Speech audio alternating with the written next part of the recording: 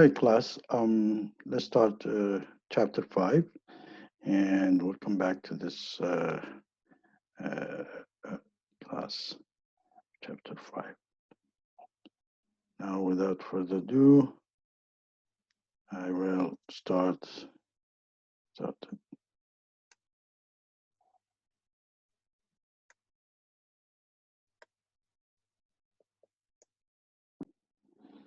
Now, it's section 2 from idea to opportunity.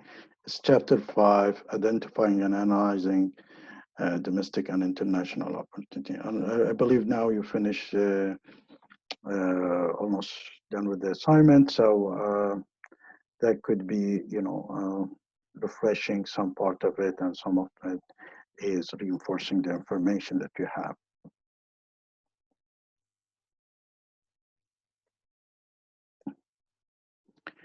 So in this chapter, we'll be talking about, just a second, we'll move as an introduction. In order to expand to a venture, an entrepreneur should identify opportunity for a domestic and international expansion. So we said that entrepreneur cannot be an entrepreneur without identifying an opportunity and having an idea to follow.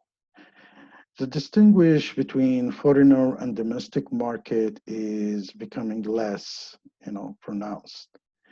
And the pressure to internationalize is being felt by virtually every organization, including entrepreneurship one. So all the companies wants to be internationalized, they want to export, and they want to deal worldwide. Here's what comes to the opportunity assessment plan. The key is to a profitable domestic and international venture is to develop, as we said, an idea that has a large and reachable market. Now, an opportunity assessment plan is, keep in mind, as we said, is different than a business plan and is different than marketing plan. It is shorter than a business plan and is mostly focused on the opportunity, not the venture. So there is an opportunity on so and so to import or export or such services.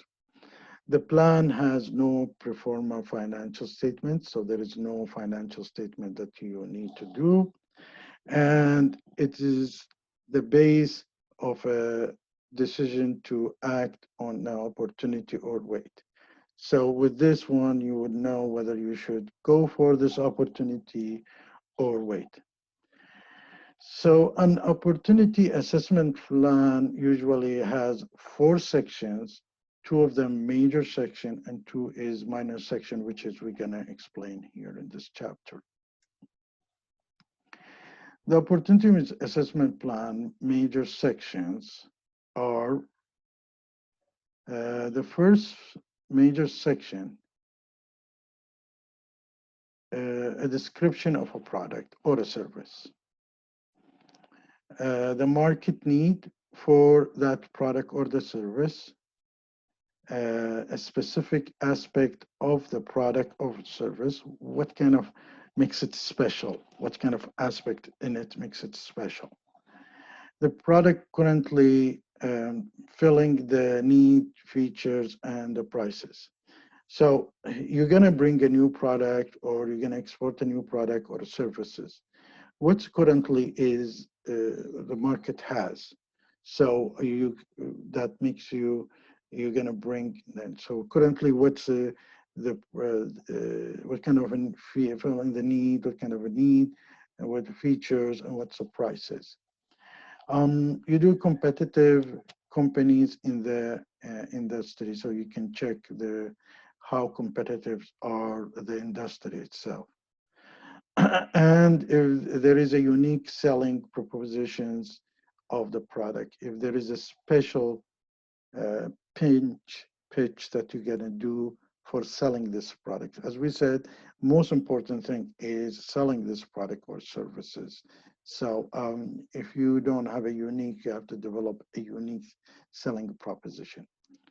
The second major section, which is include the following: the market need filled, whether they've been filled with less competitive product, less sophisticated services, or a similar that you need to compete with them. You need to look at the social condition underlying the market need. What kind of a social conditions? Are the people are willing to accept it? Are they willing to be educated? Is it need so much education that the people are willing to educate it, or people will have a social need for it? Any available data to describe this market need? If you can dig in, and we will talk about places that we can dig in to find out these data. Very important, the size, the trend, whether it's going to be there, what kind of a trend, and we talked about the trends in the last chapter, the characteristics of the market. So the size of the market is important, the characteristics, the trend in the market, because for example, in North America is very sensitive toward everything going greenish. That's not applicable in some countries in Africa, for example. And the growth of the market, whether there is a growth in the market, or there is really in a stable growth or declining. For example, typewriters are declining, fax machines are declining. So there is could be, if there is a growth or a stable or declining, is very important. Now, the other two sections, which is a third section, answers the following questions, which is the minor one. Why does this opportunity excite you or makes it important? How does this product or idea fit into your background and experience? As we said, your background of education and experience will help you so much in having a successful idea and successful ventures. So how does this fit you? What business skills do you have? What business skills are needed? So you need to evaluate the gaps. And do you know some who has these skills? Now you want to make sure when you need these skills that you don't have or not having enough, is it available? Because if you don't have enough skills, doesn't matter what kind of product it is, it's not going to be flying. And the final section is the timeline, focusing on the following. You know, it's a windows of opportunity, so there is a timeline for it. First, you need to identify each step, identifying each step when you're going to do your idea, when you're going to do a qualification, when you're going to do a marketing plan, when you're going to do a business plan, when you're going to, if you need ventures, when you're applying. So you need to identifying each step, determine the sequence of the activities, because you cannot walk to a bank and says, I have a business plan. I don't have a business plan, but I need money, and I think it's going to be do X and Y and Z. They will ask you a written business plan, or even the investor. So you need to determine the sequence of the activities, identifying what is accomplished in each step. So the sequence of activities and what's supposed to be accomplished, and when you can start the next step. Is it dependent on the previous one or can be done separately? Then determining the time and money needed at each step, if there is a money needed, and determining the total time and money needed. So each step is different than the total, and identify the source needed money. I have a friend of mine who's a lawyer, where he's a partner with somebody who they help people to come to migrate to Canada, and they partner based on he helped people, investors to come in, but usually the investors don't have a business plan.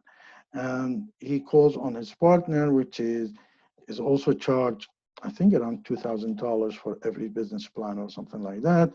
And he meets these investors and try to prepare a business plan in order to be submitted to the immigration to accept this person to come into this country. So understanding a business plan could be a very profitable thing also. Now, information sources, where I get my information, for example, when you're trying to do a business plan, to do the ID, to establish the qualification and all these things. There's lots of bodies that you can dig in to find out. One of them is CORE, is a nonprofit providing a free online and in-person assistance through a training, consulting, and mentoring. Now, there is available same bodies here in Canada. You can find similar to them. There's also called the Small Business Development Centers, which is provide also consulting, training, and technical assistance when you're starting a new venture. The general information sources include Chamber of Commerce and cities' Chamber of Commerce and provinces' Chamber of Commerce. You need to know where you can get your sources, whether it's cash, whether the legal assistant, whether it's business assistant. There's all type of organization available, especially in case of you trying to export something. Many other valuable websites include the Small Business Investor Alliance, National Venture Capital Association, and the Collegiate Entrepreneurs Organization. These are available in the States and also available in Canada. The other thing you want to know is the industry and market information. Plunkett provide industry data, market research, trend, and some statistical on market and forecasting. They can, get you this information. There is a Frost and Solvian, yes, provide a very specific industries, and I have them so you can click on them. And it takes you there to find out if you're serious about doing your ventures.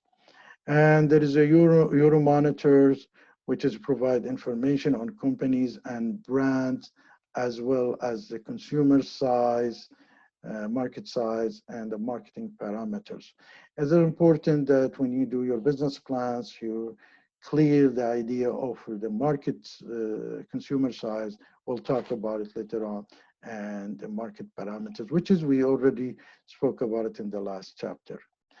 And my favorite one is Gartner, which that's what I use usually, and it provide information on technology market. They're not into the international every commodities. They are into technology because I was involved in lots in technology. Gartner also used to give us a call, and I was in charge of dealing with Gartner, giving them information on Middle East technology trend and market. They will call everybody's, they will have people calling, and then they collect information and they get it ready. Sometimes they charge for it. The introduction of these information, they don't charge for it. So also Gartner, if you're involved in the market technology, the technology market is a good one. And there is a GAL directory library, which is provides industry statistic and a directory of nonprofit organization and association. Then you need to look at competitive companies and product information. The places that you can look at it is the Business Source Complete, has company and industry information there, data monitor reports, which is, it does based on their industries. There is something called Hoover's, And they're usually established by nonprofit or NGOs or by the government. And it provides information on a large and small companies with the link of competitors in North America. When you click there, you will see they will give you a certain section. You have to know the section that you are looking for it. And once it will give you the competitive information. And we will talk about NAICS later on and how you categorize these stuff. And it's also applicable in Canada, by the way. The merchant has detailed company owner product information on US and international companies. And usually whatever is most of the goods that are available in Canada, available in US. So it's a good idea to look at the both market if you're thinking of importing or importing, because you start in Canada and then you move on to USA, and both is a very lucrative and large market. Now, there is a government source and other information source. Like the government source is Census Canada, because they do lots of census, people where they move from where, their age, their sectors, and all these. And there is a export import, I think IBD, International Business Development, and Canada is very good for this. It's a charge of export and import. And as we said, there is NICS and SIC, which is code. You need to put the SIC code, which is they will find you the sector, and they will give you the names of the companies, the competitive, who's competing with you on this thing. It's good for to get together all these information when you're doing a business plan, because you need to look very assured about your market that you are targeting. Now, use search engine and pair of the key terms to find a general online information. YouTube can help. There is Wikipedia also can help. All these can help you to gather more information. Some trade associations do market surveys and are involved in the international standards. You can also see these issues. There is a trade publication provide interesting information. Maybe if you get more deeper and deeper, they will give you the trend, the companies, the market condition, and the trade shows that are available. Trade shows can help so much. Try to attend some trade shows, because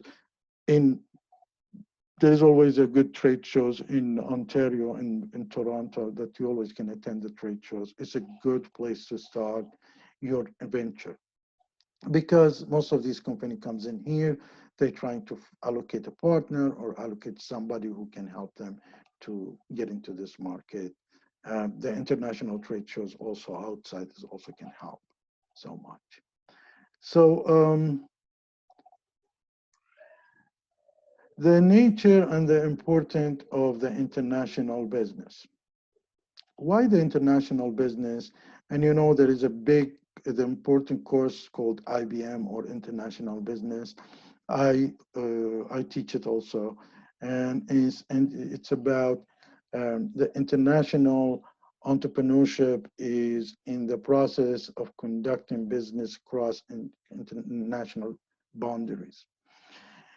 The world is your market. So the more you feel pressure in this market, you have one of the options: fight it off and take the risk, or expand somewhere and let everybody chase you. And that's the best strategy that I have. I just keep expanding and just one step ahead of the competition. It may consist of exporting this international business. It may consist of exporting, licensing, or opening a sales office in another countries. I know a few very rich businessmen now, they started with a licensing, and they're licensing.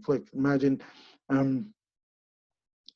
I used to work with two ladies who their father passed away, but he signed with Oracle as their authority, body of authority and licensing for whole Kuwait. And Oracle is the highest sell of software, ERP softwares, and worldwide. Microsoft comes third there. So imagine this person out of nowhere, he's getting 10% to 15% of the sales just as a partner, representative. Um, so the U.S. is usually is a relative to newcomers to the international business because they're a new country.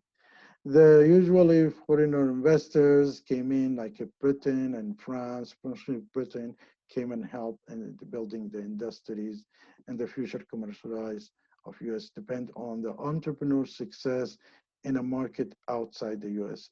So you see, these two countries are built by foreigners and mostly built by British, and now they are kind of one of the top producers in the world, and they also look forward to have two things: one, to export, and second, there's so much space to invest to do business here.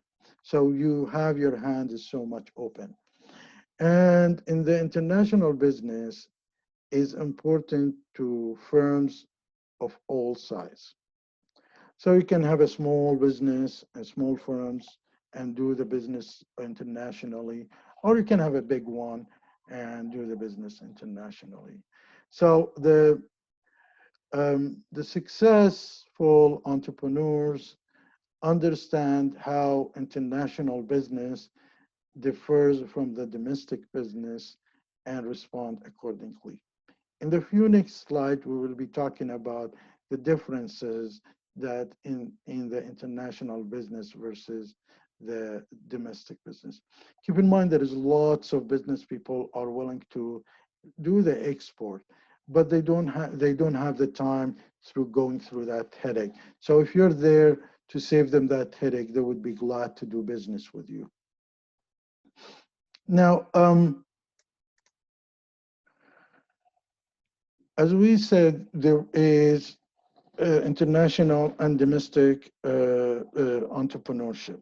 In the things that makes it different between them is the fact that um, all entrepreneurs are cost oriented and concerns about cost, concerned about sales, concerned about profit.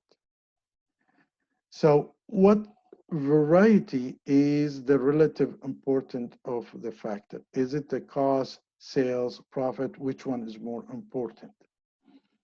Now, the decision are complex due to the uncontrollable factors. And if you can conduct a pest analysis is useful when you're exploring an international business opportunity. And PES stand for political, economic, social, and technical.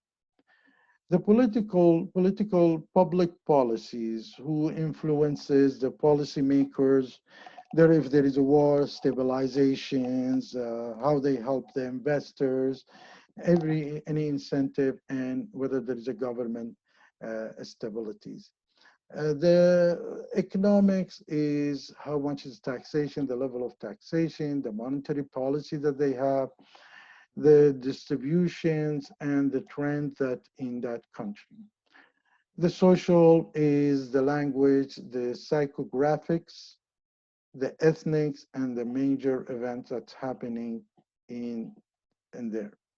And you got the technical is, which is the technology variety by country and product should reflect the country, whether there is a good infrastructure, whether the good transportations, communication, all these, the technical base for these things. So that's where you look at the international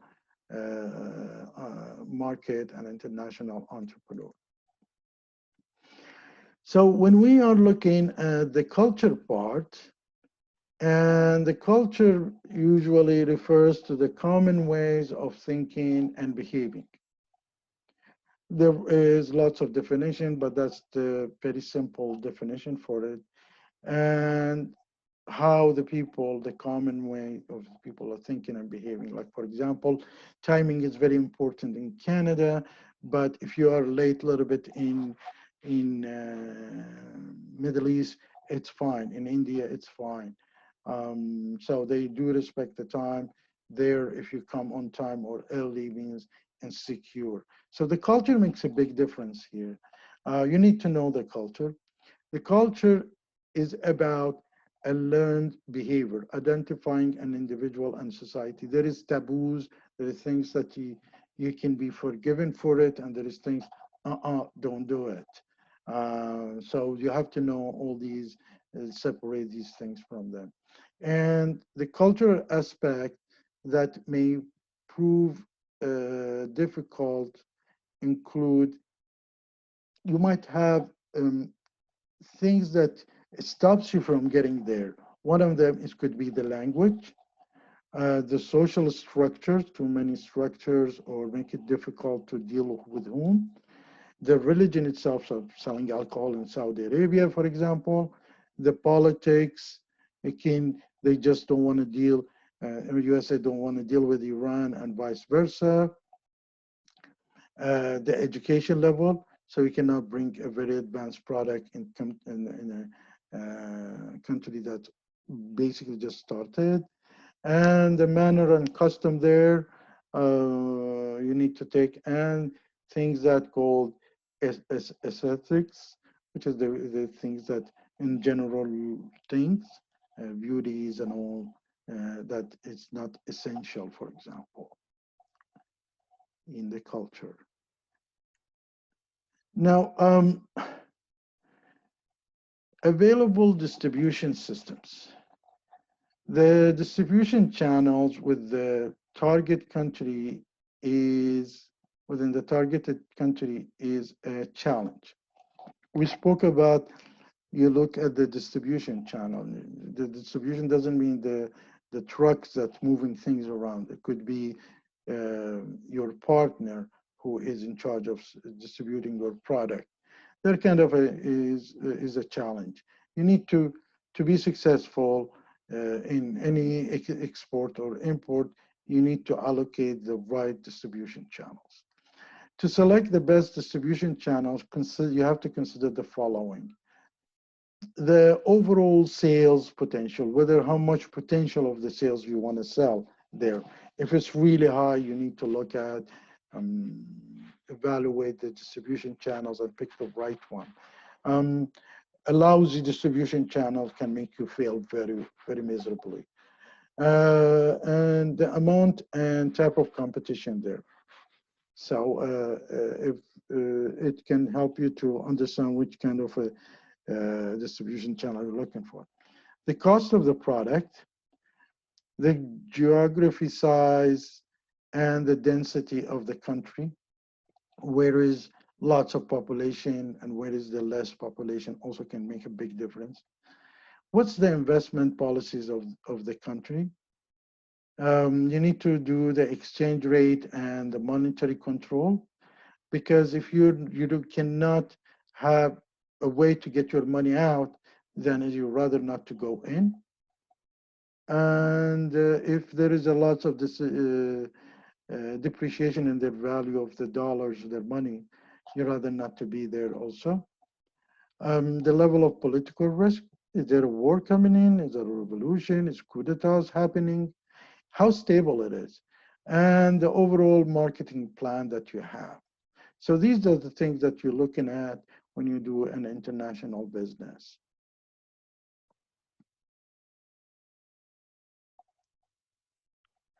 So why we have to go global?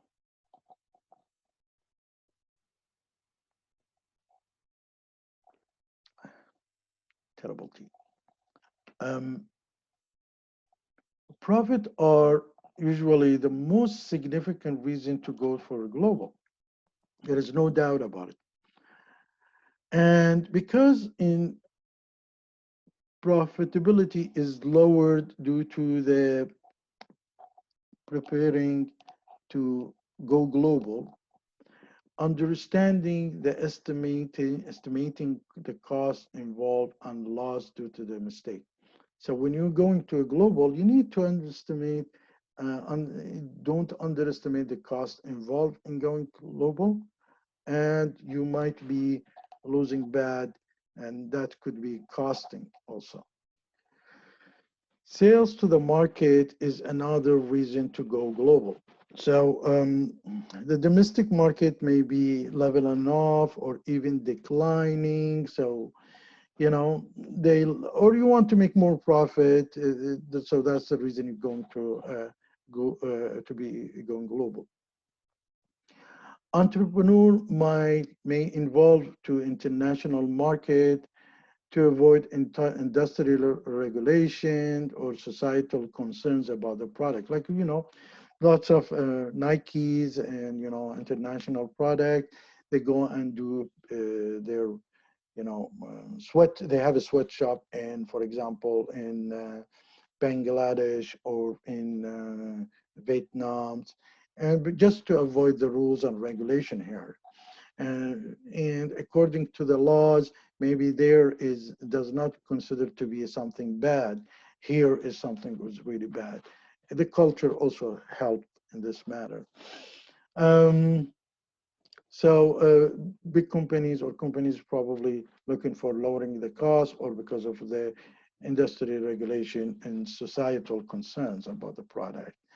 When the entrepreneur's technology obsolete in the domestic market, there may be a sales opportunity for foreigners. There was a car made in Australia, and in the 1960s, I believe, Iran bought that whole manufacturing because it's going obsolete. And they did this business for 30 years in Iran, and now in that time, so Iran had this car manufacturing is going also obsolete. So they sold the whole factory to Sudan. So this is sometimes it's happening because when technology is obsolete in in the domestic market, there might be a sales opportunity in the foreign market. And also going global may take advantage of lower costs in the foreign country or better price in foreign countries, but in the lower costs in the foreign countries for labor, overhead, and materials. And I guess you guys know this very well. And the strategic effect of going global. What's the strategic effect for going global? Where, when you talk to a company, owners and managers, you need to present also the ideas, implement these ideas, show that ideas and part of your ideas. Is one major effect center of the concept of the firm's proximities to the firm's customer and ports. And we'll be talking the conceptual things here. Some factor can make a foreigner market that is geographically close seem psychologically distant. I mean, look at, for example, there is lots of predictions that they happens in Canada. And these people, the first thing they're thinking of it is exporting to USA. And most of them, after success in USA, because they are close to them, they don't think of Mexico, they think of UK. Because mentally they think UK is closer to them because of the languages, the culture, all these things. So that's what you call psychologically distance.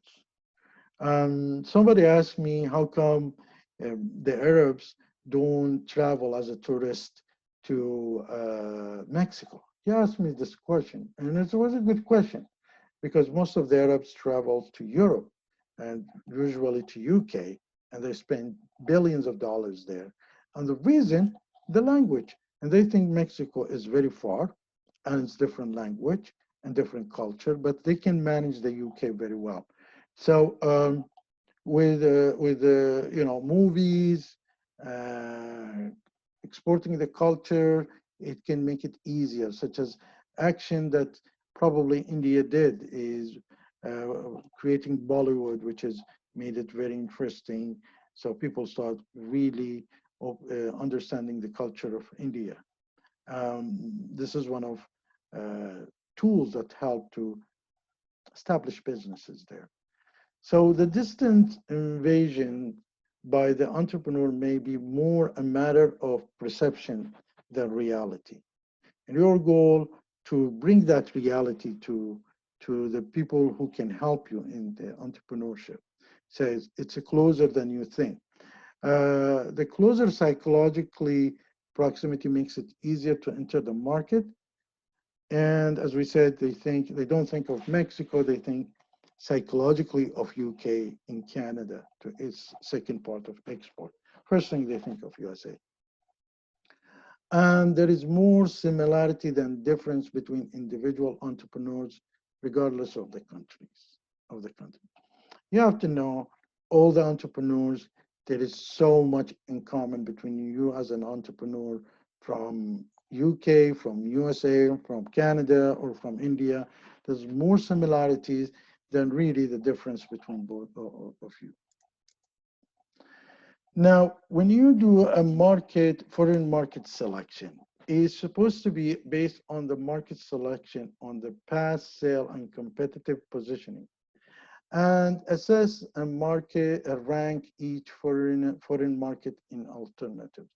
So you need to really see, you cannot just pick any country and export or import or establish business. You need to see how competitive is there and whether you need a competitive market or less competitive market. When it's a competitive market, there is a sign that the country is willing to accept you, but also there is a competition. Now, one method employs a 5 steps approach, which is for foreign market selection. First, you need to develop appropriate indicators, like the stabilities, the size of the population, the language. These are indicators. And then you need to collect, you say, I'm gonna export my product to people only speak English and to people who is in this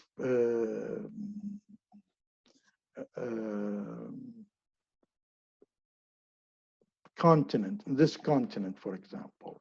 So these are develop and appropriate indicators.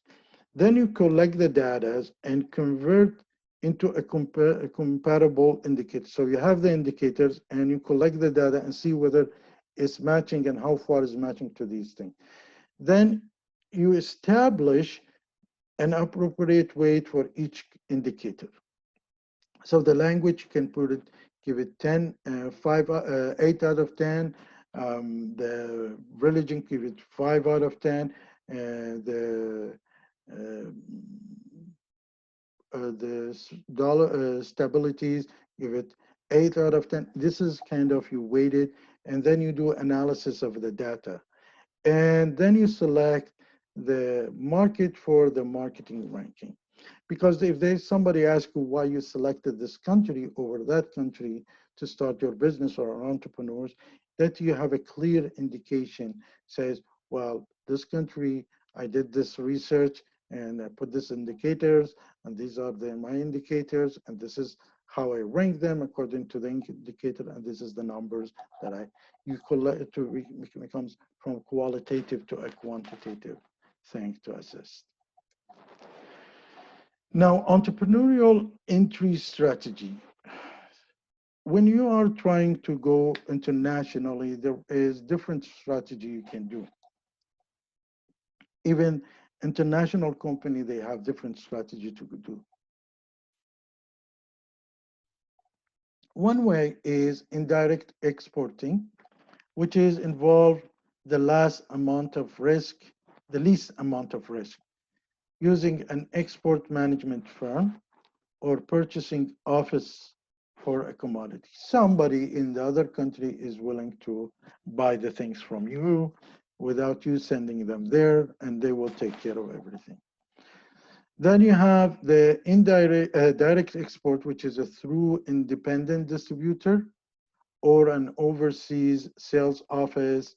It requires a little financial commitment. So the company is overseas and you reach to them, but there is some commitment. So you get your money partially before you deliver the things, and once it's delivered, you get partially. So there is some financial commitment and there in it. And then you get the non-equity arrangement, which is you do a licensing like what they do, for example, in Oracle, Microsoft. Licensing is used where there is no intent to export or directly invest. So you just sell the license to somebody else who can do these products in their country. And then you have the turnkey project, as usually there are a lot happening in third world countries where your turnkey projects are facilitated, built in a foreigner country and turn over the local owners for operation. Like now, the biggest one happening, and probably everybody was aware of it, is what Russia is doing in the nuclear plants in Iran, for example. That's the biggest thing. Canada have some understanding with US. They go and build a nuclear plant in US and build, operate, and then in foreign turn to over a local. And then you have the management contracts allow the entrepreneur to contract their management techniques and skills to a foreigner purchasing company. So somebody wants to establish a factory. They don't have the know-how, the people who can do that. So you outsource your people to them. It's on the skill base. And there is something called the direct foreign investment, which is when the ownership percentage hangs on the amount of money invested and the nature of the industry and the rules of the host government. So is when you are a foreigner and trying to invest in a different country, in other words. And this is big, probably in China now, in USA, and in Canada also. The direct foreign investment minority interest allows an entrepreneur to gain a foothold or acquire experience in a market before committing. There was somebody in Abu Dhabi, his name 5%. His nickname is 5%. And the funny thing, this person 5% went and spoke with the French oil, because the major oil industry in Abu Dhabi is partnering with France. And he spoke with them, and they said, well, if you take us into UAE, we'll give you a 5%. And they struck deals in Abu Dhabi, which is, a major billions of dollars of oil export yearly. And this gentleman gets 5%. So minority interest as an entrepreneur might be a huge one also. So if you say, big company says, I would take you in India, I'll get 2% or 1% or 5%. And strikes there is a huge, or vice versa. Then you get the joint venture are used to purchase a local knowledge, for example, or an established facilities, or when a rapid entry is needed. When you want to enter the market very quickly, you go with the joint venture because they have already established market, established channels, and manpower. So it's very easy for you to quickly do that. And 50%. This is majority interest is purchase of 50% of more. That's what you call the majority interest, where the decision based on that also. So the mergers are often usually difficult to assess. When you do mergers, different companies merge together, is difficult to assess, but it's also it's a good field for entrepreneur to work on it also. You have the horizontal mergers, which are motivated by the economy of scales. Different companies, they will be mergers, and because they want to cover more locations, and sometimes this business in this part of the world, it goes down. So whatever they're producing, they can export it to that part where they have the merger thing. And then you have the vertical mergers, which is control over supply, because you're not sure whether the supply is supplying you and supply your competition and might increase the price, so you want to have the control over it. And in a product extension merger that acquires the firm has related activities, so they could be some kind of a common activity between both of you, like what's happened in for example, National TV and Panasonic TVs. There is common activities and they joined, or Datsun and I think Toyota, they also did that. I'm not sure, but I know Datsun joined some. Nissan, they joined together and became a Nissan. Uh, and then you get a market extension mergers combine skills of the acquired firm. So they have good skills in the same kind of a firm. You can join each other. So it could be a local company would represent an IT service company in India. That's a merger. And a diversified activity mergers that acquired firm does not run a new company. So here is entrepreneurial partnering. And one of the best entry methods, as I always say that, is a partnering with an entrepreneur in the target company, target country.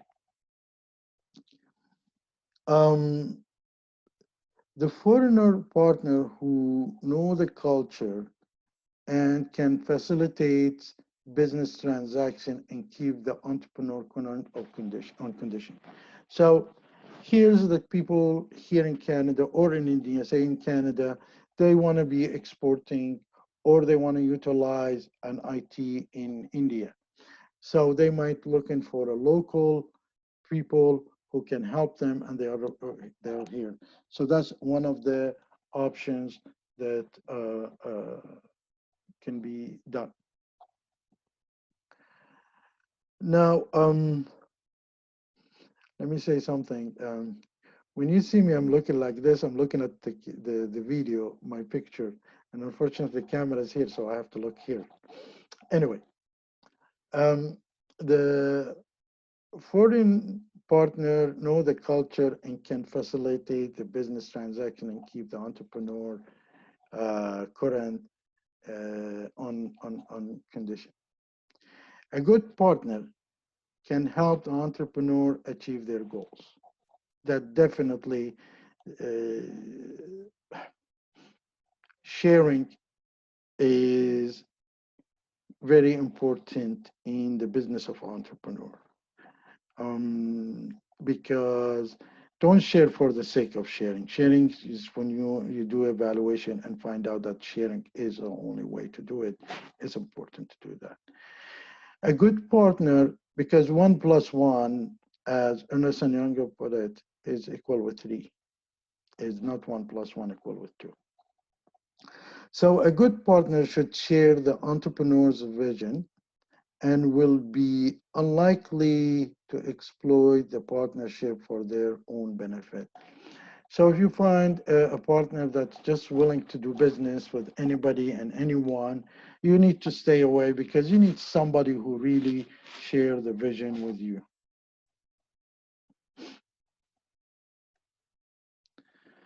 Now, there is some aspects, some information you might want to know about international trade. There is was something called GATT, which is the General Agreement of Tariffs uh, and Trade. And before, after that, okay, world trade tradings happen. So it is GATT is a multinational agreement liberalizing or monitoring in a way the trade by eliminating tariffs, subsidies, and import quotas. There's other ones is called, for example, trade agreement and free trade areas, which is we have something called FTA, which is free trade area, exists between U.S. and Israel, and between U.S. and Canada. That started a long time ago. Then it's moved to NAFTA. FTA moved to NAFTA, which is North American Free Trade Agreement. That was around 25 years ago during Brian Mulroney's time. The North American Free Trade Agreement reduce the barriers and encourage investment. And the countries involved in it so far that I know is Canada, USA, Mexico, and Chile. And then the Mercosur trade zone between the North and South American countries. There is the Trade Pacific Partner, or TPP, which is include US, Japan, Canada, any countries on the Pacific there. And then the well-known is EC, which is the European Community, which is encourage the supranational. There is no borders between these countries. If you went to Europe, you would notice that there used to be a border. There's no more borders anymore.